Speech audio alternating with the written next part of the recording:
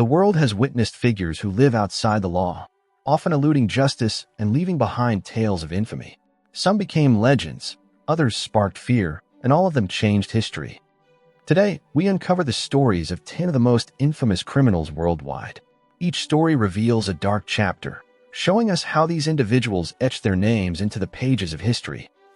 Pablo Escobar, the king of white powder. Our journey begins in Colombia, where the infamous Pablo Escobar ruled an empire of white powder. Born into poverty in 1949, Escobar would go on to control the Medellin cartel, becoming the wealthiest criminal in history. Known for his plata o plomo approach, meaning silver or lead, he bribed officials and killed those who refused his bribes. Plata o plomo.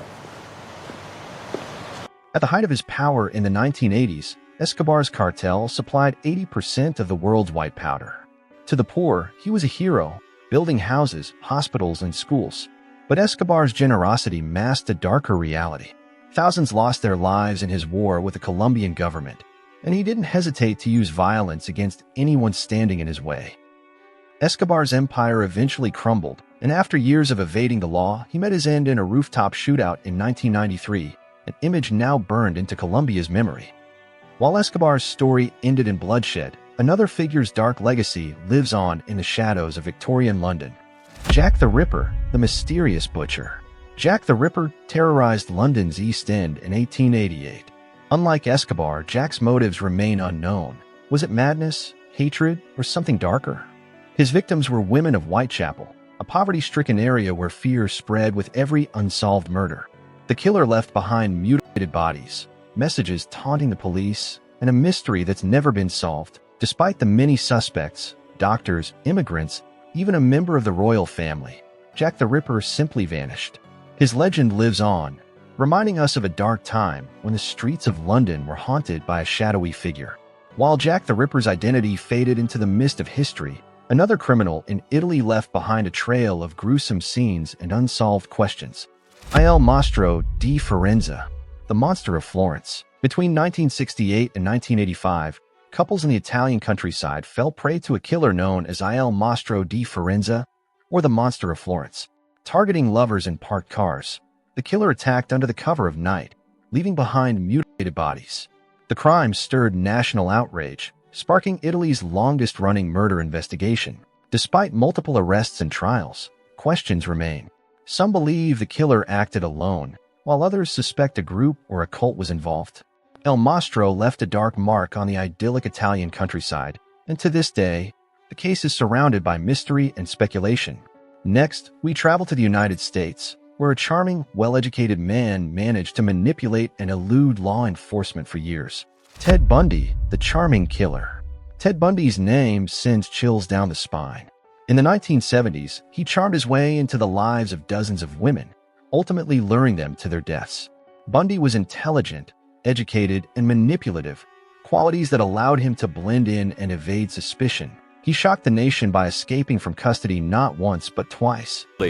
Witnesses say he left in a hurry, however nobody saw him open the window, and he escaped clean in an unknown direction. Even representing himself in court.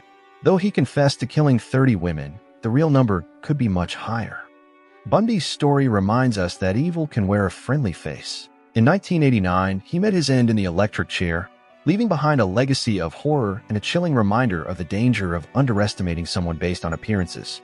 While Bundy's charm masked his brutality, in Japan, one man's crime shocked not just for its violence, but for his unexpected release. Issei Sagawa, a cannibal celebrity. In 1981, Issei Sagawa, a Japanese student in France, committed a horrific crime. He murdered and cannibalized his classmate, René Hartevelt. Arrested and declared mentally unfit, he was sent back to Japan, where legal loopholes allowed him to walk free.